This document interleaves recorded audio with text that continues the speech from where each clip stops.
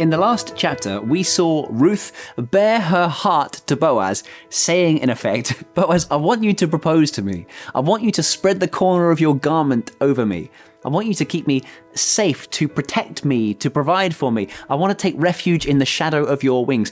That's what that imagery of the garment means in the first place, to take refuge in the shadow of your wings. And Boaz's heart just melts. It seems that he had written himself off as being perhaps even too old or too unattractive to catch Ruth's eye. He seems genuinely shocked to hear this declaration of love for him, and he says, "This kindness is greater than that which you showed earlier. You have not run after the younger men, whether rich or poor. And now, my daughter, don't be afraid. I will do for you all you ask." Well, we would almost expect the next paragraph to tell us about how they got married in a beautiful church building, how all their friends and family came, how it was wonderfully romantic, and the reception was incredible, and they had the most amazing food, and they had candles in kilner jars and bunting in an old barn, and they danced until midnight, had a honeymoon in the Maldives, and they all lived happily ever after. But that is not what we get. There is yet another dramatic twist in the tale, another turn in this long and winding road, as Boaz tells us that if Ruth is making herself available for marriage, well, there is another man in Israel who, according to Hebrew custom, has the right to formally propose to her first. And so, early the next morning, we read, Boaz goes off to settle the matter with this other man. Now, the man who has, as it were, the right of first refusal, he's initially interested in becoming the redeemer, that is, paying the price in order to redeem Elimelech's property, his field, and then any people attached to him who need protection. And when he realizes that this also means that he's going to have to support Naomi and Ruth, the dirty Moabite, remember, he kind of sours on the idea.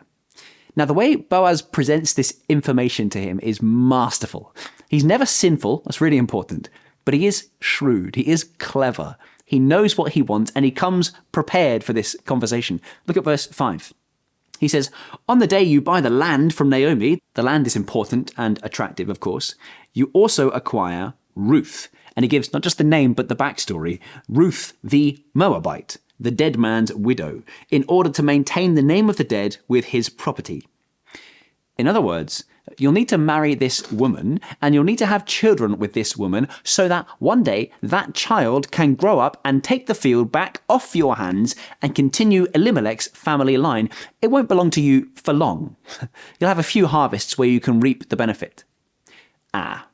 Well, if there's a widow involved, she's a Moabite, you say. I'm not quite so keen on this anymore. What I thought was a blessing sounds more like a burden, to be honest. And so he backs away, and that leaves Boaz free to marry the woman he loves, and he does so as soon as he can. A woman who others literally overlooked and underappreciated. Boaz does the honourable thing. He pays the redemption price. He saves Ruth and even Naomi from the bitterness that they were headed for without him. All the people see it, and they overflow with praise for the character and accomplishments of this man, Boaz. And in the days of the judges, when there aren't an awful lot of godly people to celebrate, Boaz is different. Their words, their blessings, are more significant than they could possibly have known. They pray, in effect, that Ruth would be fruitful and give birth to children who will even shape the future of God's people. And you know what? That is exactly what happens.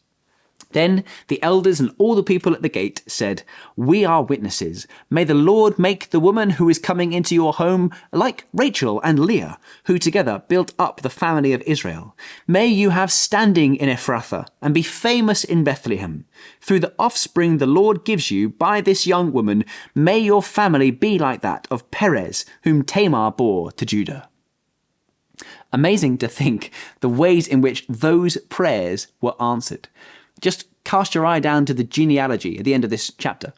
Now, when this story was written, the narrator wanted to draw your attention to the incredible fact that this marriage led directly to the birth of David. But the truth is that even the narrator writing this story did not know what you now know. He had no idea of the true and ultimate fulfillment of these people's prayers here. The author was amazed that this unlikely relationship leads to the birth of the greatest king Israel has ever seen, But you and I know that ultimately it led to the birth of King Jesus. Not just the greatest king Israel has ever known, but the greatest king the world has ever known. And none of that would have happened, humanly speaking, if Boaz had not won the heart of Ruth and paid the price to redeem her life. A little over 1,000 years later, Jesus Christ did the exact same thing to redeem his love, his bride, the people of God. That's you and me. Though we were weak and helpless, and by nature we were his enemy, he loved us, helped us, and made us to be his family. Though we had nothing to offer him, he gave everything to rescue us. And while Boaz paid the price with his money, Jesus paid the price with his blood to save us and make us his own.